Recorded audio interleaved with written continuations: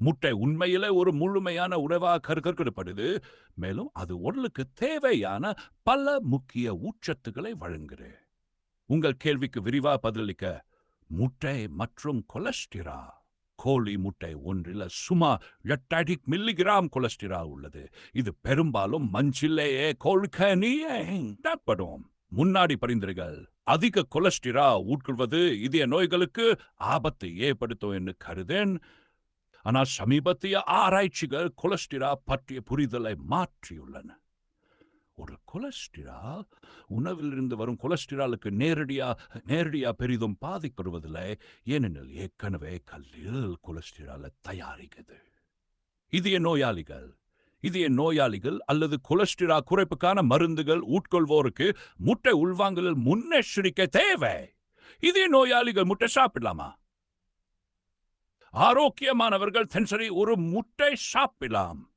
இதய நோயாளிகள் அல்லது அதிக கொலஸ்ட்ரால் உள்ளவர் முட்டை சாப்பிடலாம்.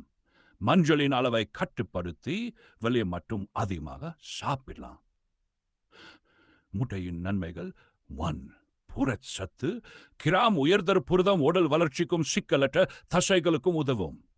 கொழுப்பு. கிராம் கொழுப்பில் சத்து நிறைந்த மோனோசாச்சுரேட்டட் மற்றும் பாலிசாச்சுரேட்டட் கொழுப்புகள் உள்ளன. இது இதயத்துக்கு நல்லது. 3. விட்டமின்கள். விட்டமின் B12 மூளையின் ஸ்பாட்டுக்கு உதவும். விட்டமின் D எலும்பு மற்றும் ஆரோக்கியமான மேனிச்சுக்கு முக்கியம். தாதுக்கள். இரும்பு, கால்சியம் போன்றவை இரத்தத்துக்கு எலும்புக்கு தேவையானவை. சரியான பயனடேஷ அதை கொதிக்க வச்சு சாப்பிடுவது அல்லது குழம்பாக மேய்க்க சத்துலை காக்க உதவும். பரிமாறும் அளவை கண்காணிக்கவும் அதே நேரத்தில் சமநிலையான ஒரு முறையை பின்பற்றவும். அதனால் மிகுத்தமையா சாப்பிடாமல் தக்க அளவில் முட்டை விட்டால் ஆரோக்கியத்துக்கு எந்தவித ஆபத்தும் இல்லை.